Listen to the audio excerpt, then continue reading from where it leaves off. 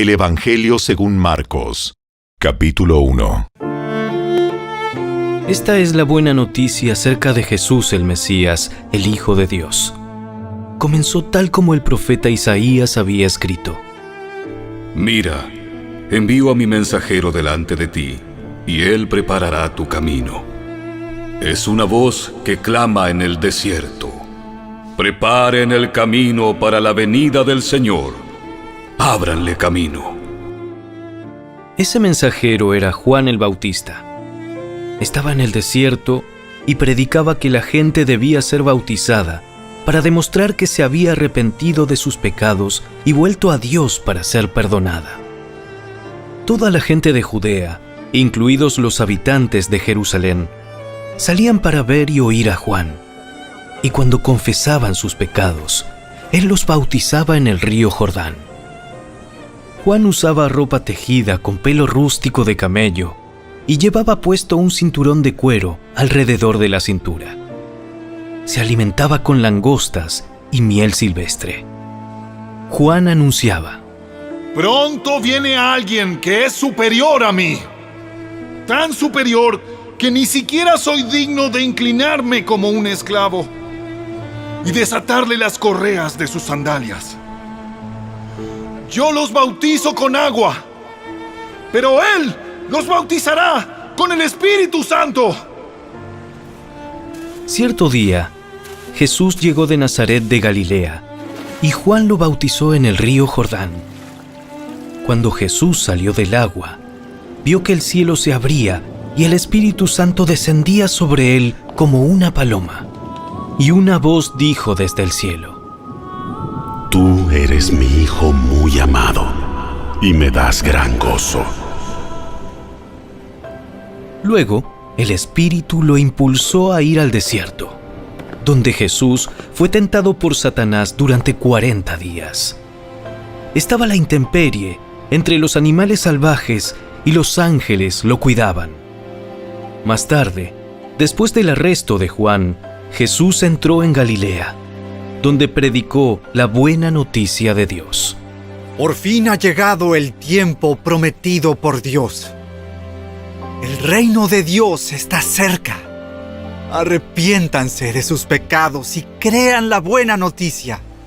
Cierto día, mientras Jesús caminaba por la orilla del mar de Galilea, vio a Simón y a su hermano Andrés que echaban la red al agua, porque vivían de la pesca.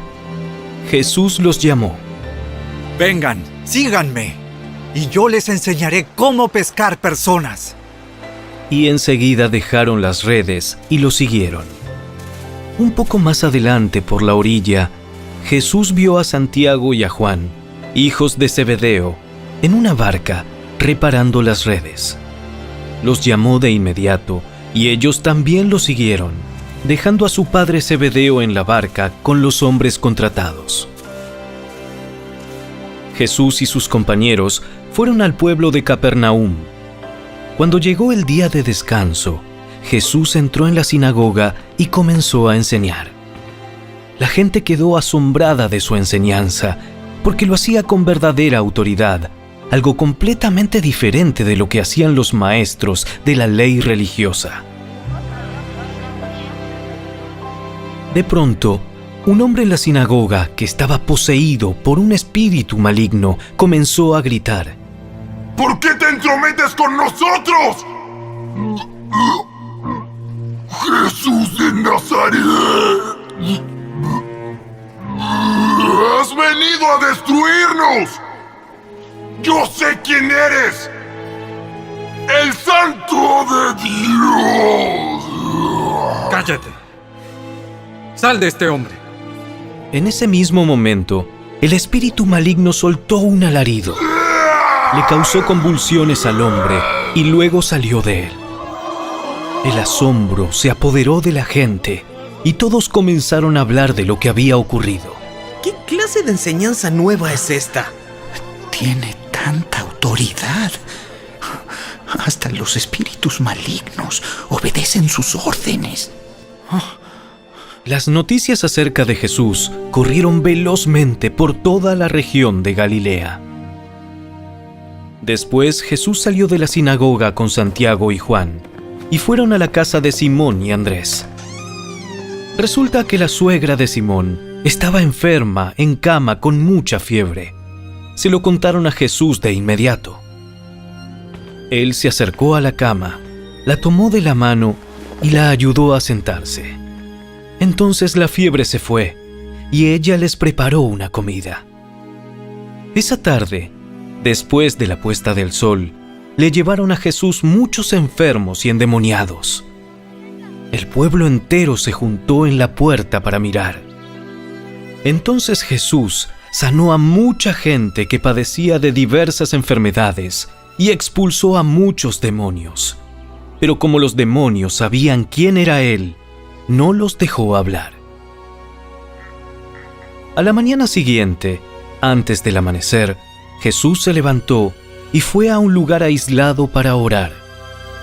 Más tarde, Simón y los otros salieron a buscarlo. Cuando lo encontraron, le dijeron: Todos te están buscando. Jesús les respondió: Debemos seguir adelante e ir a otras ciudades, y en ellas también predicaré, porque para eso he venido. Así que recorrió toda la región de Galilea, predicando en las sinagogas y expulsando demonios. Un hombre con lepra se acercó, se arrodilló ante Jesús y le suplicó que lo sanara. Si tú quieres, puedes sanarme y dejarme limpio. Movido a compasión, Jesús extendió la mano y lo tocó. Sí, quiero. Queda sano. Al instante, la lepra desapareció y el hombre quedó sano. Entonces Jesús lo despidió con una firme advertencia: No se lo cuentes a nadie. En cambio, preséntate ante el sacerdote y deja que te examine. Lleva contigo la ofrenda que exige la ley de Moisés a los que son sanados de lepra. Esto será un testimonio público de que has quedado limpio. Pero el hombre hizo correr la voz, proclamando a todos lo que había sucedido. Como resultado, grandes multitudes pronto rodearon a Jesús, de modo que ya no pudo entrar abiertamente en ninguna ciudad. Tenía que quedarse en lugares apartados, pero aún así gente de todas partes seguía acudiendo a él.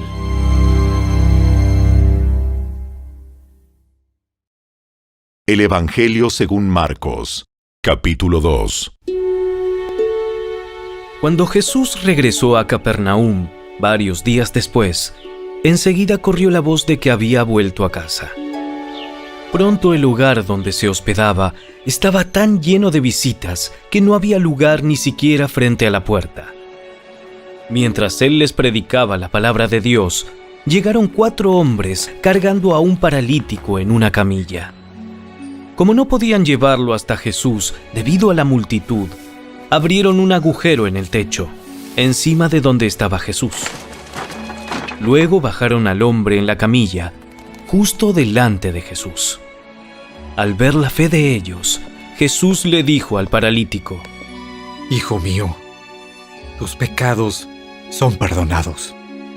Algunos de los maestros de la ley religiosa que estaban allí sentados pensaron: ¿Qué es lo que dice? Es una blasfemia. Solo Dios puede perdonar pecados.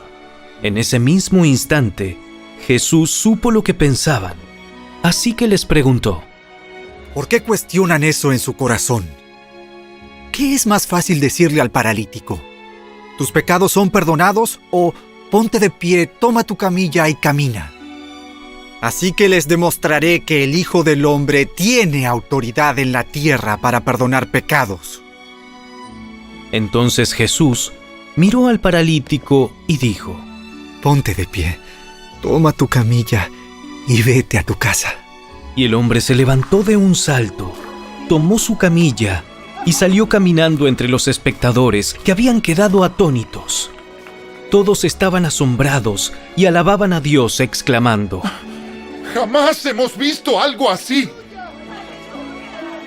Entonces Jesús salió de nuevo a la orilla del lago y enseñó a las multitudes que se acercaban a él.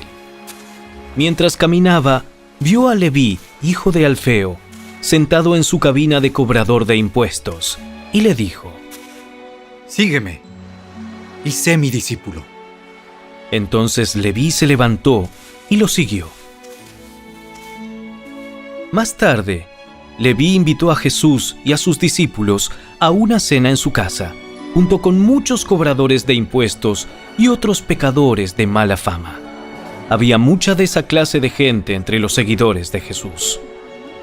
Cuando los maestros de la ley religiosa, que eran fariseos, lo vieron comer con los cobradores de impuestos y otros pecadores, preguntaron a los discípulos: ¿por qué come con semejante escoria? Cuando Jesús los oyó, les dijo: La gente sana no necesita médico. Los enfermos sí. No he venido a llamar a los que se creen justos, sino a los que saben que son pecadores. Cierta vez que los discípulos de Juan y los fariseos ayunaban, algunas personas se acercaron a Jesús y le preguntaron: ¿por qué tus discípulos no ayunan como lo hacen los discípulos de Juan y los fariseos? ¿Acaso los invitados de una boda ayunan mientras festejan con el novio?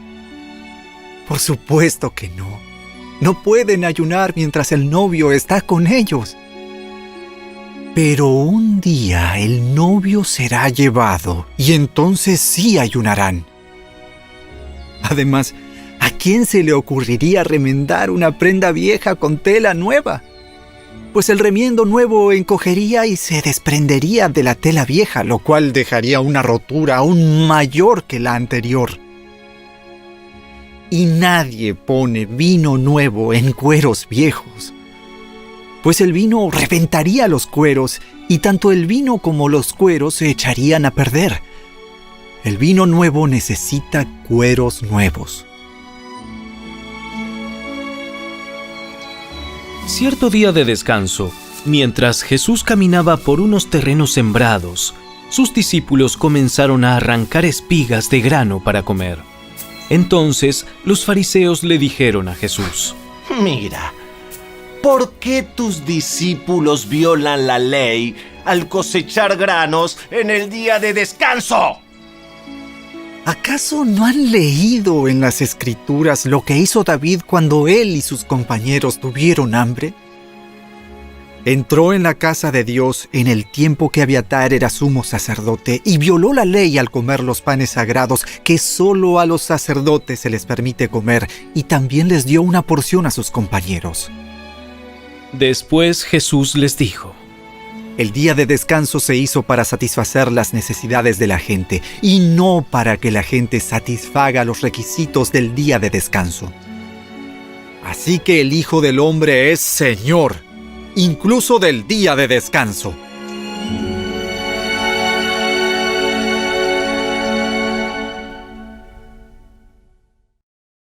El Evangelio según Marcos, capítulo 3. Jesús entró de nuevo en la sinagoga y vio a un hombre que tenía una mano deforme. Como era el día de descanso, los enemigos de Jesús lo vigilaban de cerca. Si sanaba la mano del hombre, tenían pensado acusarlo por trabajar en el día de descanso. Jesús le dijo al hombre con la mano deforme: Ven y ponte de pie frente a todos. Luego se dirigió a sus acusadores y les preguntó: ¿Permite la ley hacer buenas acciones en el día de descanso? ¿O es un día para hacer el mal? ¿Es un día para salvar la vida o para destruirla? Pero ellos no quisieron contestarle. Jesús miró con enojo a los que lo rodeaban, profundamente entristecido por la dureza de su corazón. Entonces le dijo al hombre: Extiende la mano. Así que el hombre la extendió, y la mano quedó restaurada. Los fariseos salieron enseguida y se reunieron con los partidarios de Herodes para tramar cómo matar a Jesús. Jesús fue al lago con sus discípulos, y una gran multitud lo siguió. La gente llegaba de toda Galilea, Judea, Jerusalén, Idumea, del oriente del río Jordán y de lugares tan al norte como Tiro y Sidón. Las noticias sobre sus milagros corrían por todas partes, y una enorme cantidad de personas llegó para verlo. Jesús encargó a sus discípulos que prepararan una barca para que la multitud no lo apretujara. Ese día sanó a tanta gente que todos los enfermos empujaban hacia adelante para poder tocarlo. Y cuando los que estaban poseídos por espíritus malignos lo veían, los espíritus los arrojaban al suelo frente a él y gritaban: ¡Tú eres el Hijo de Dios! Pero Jesús ordenó severamente a los espíritus que no revelaran quién era él. Tiempo después, Jesús subió a un monte y llamó a los que quería que lo acompañaran. Todos ellos se acercaron a él. Luego nombró a 12 de ellos y los llamó sus apóstoles. Ellos lo acompañarían y él los enviaría a predicar y les daría autoridad para expulsar demonios.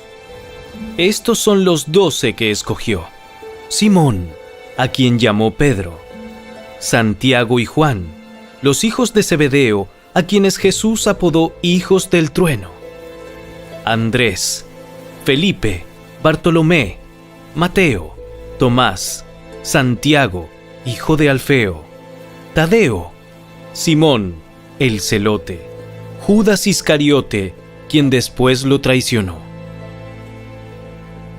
Cierta vez, Jesús entró en una casa y las multitudes empezaron a juntarse nuevamente.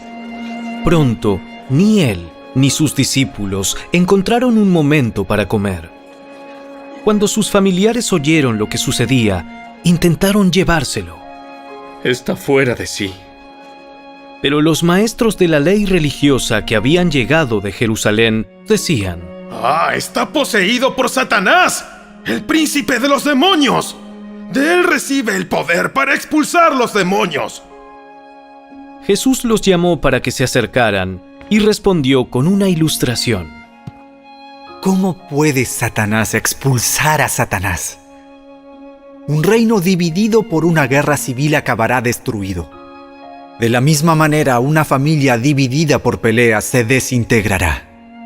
Si Satanás está dividido y pelea contra sí mismo, ¿cómo podrá mantenerse en pie? Nunca sobreviviría. Permítanme darles otra ilustración. ¿Quién tiene suficiente poder para entrar en la casa de un hombre fuerte y saquear sus bienes? Solo alguien aún más fuerte, alguien que pudiera atarlo y después saquear su casa. Les digo la verdad, cualquier pecado y blasfemia pueden ser perdonados. Pero todo el que blasfeme contra el Espíritu Santo jamás será perdonado. Este es un pecado que acarrea consecuencias eternas. Les dijo esto porque ellos decían: está poseído por un espíritu maligno. Luego la madre y los hermanos de Jesús vinieron a verlo. Se quedaron afuera y le mandaron a decir que saliera para hablar con ellos. Había una multitud sentada alrededor de Jesús y alguien dijo: Tu madre y tus hermanos están afuera y te llaman. Jesús respondió: ¿Quién es mi madre? ¿Quiénes son mis hermanos? Entonces miró a los que estaban a su alrededor y dijo: Miren, estos son mi madre y mis hermanos. Todo el que hace la voluntad de Dios es mi hermano y mi hermana y mi madre.